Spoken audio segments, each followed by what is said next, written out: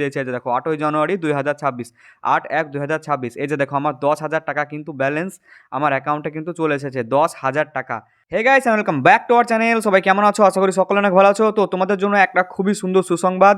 আর এই মুহূর্তে সবথেকে বড় আপডেট হলো, তরুণের স্বপ্নের যে 10,000 টাকা 8ই জানুয়ারি ঢোকার কথা ছিল, সেটা কিন্তু ইতিমধ্যে ঢুকে গেছে বা ঢোকা শুরু হয়ে গেছে। আর আমি তোমাদেরকে আজকে প্রমাণ সহ দেখাবো যে টাকা ঢুকে গেছে।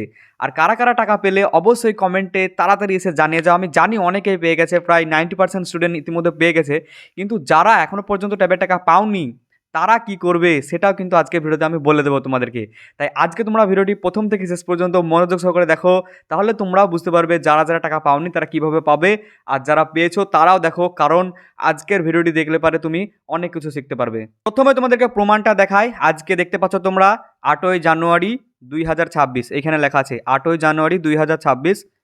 8ই জানুয়ারি 2026 আজকে আমি পেয়েছি বেলা 4:34।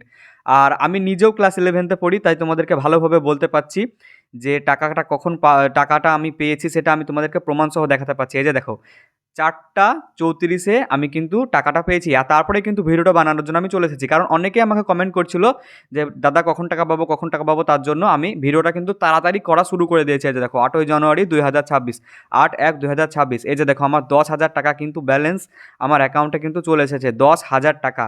আর তোমরাও সবাই পাবে, যারা যারা এখনও পাওনি তারাও পাবে। কী কী করতে হবে তোমাদেরকে বলে দিচ্ছি, যারা এখনও পাওনি সবাই পাবে। আর যারা যারা পেলে তাদেরকে আবারও বলছি, তোমরা প্লিজ একবার কমেন্টে জানিয়ে যাও, যাতে অনেকে জানতে পারে যে হ্যাঁ তোমরা টাকা পেয়ে গেছো। তাদের মধ্যে অনেকে কমেন্ট করেছে দাদা 12:30 তো বেজে গেল, আবার কখন টাকা পাবো।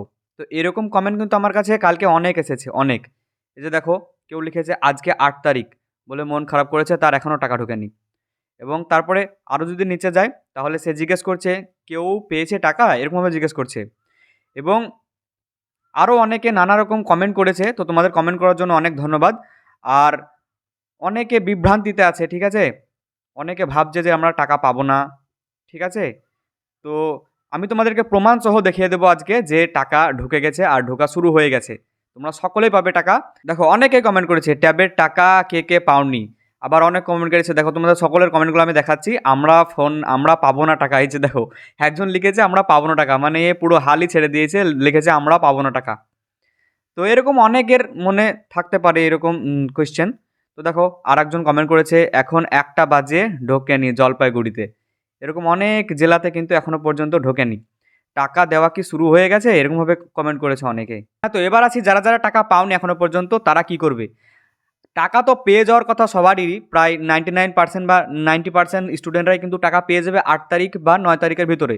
কিন্তু যাদের কোনো অ্যাকাউন্ট ভুল আছে, অর্থাৎ অ্যাকাউন্ট অ্যাক্টিভ হয়ে নাই, অথবা অ্যাকাউন্টে কোনো ভুল আছে, অথবা তোমাদের নাম ভুল আছে, এরকম যদি কোনো কারো কেস থেকে থাকে তাহলে কিন্তু তোমাদের স্কুলে অবশ্যই তোমরা তাড়াতাড়ি যোগাযোগ করবে।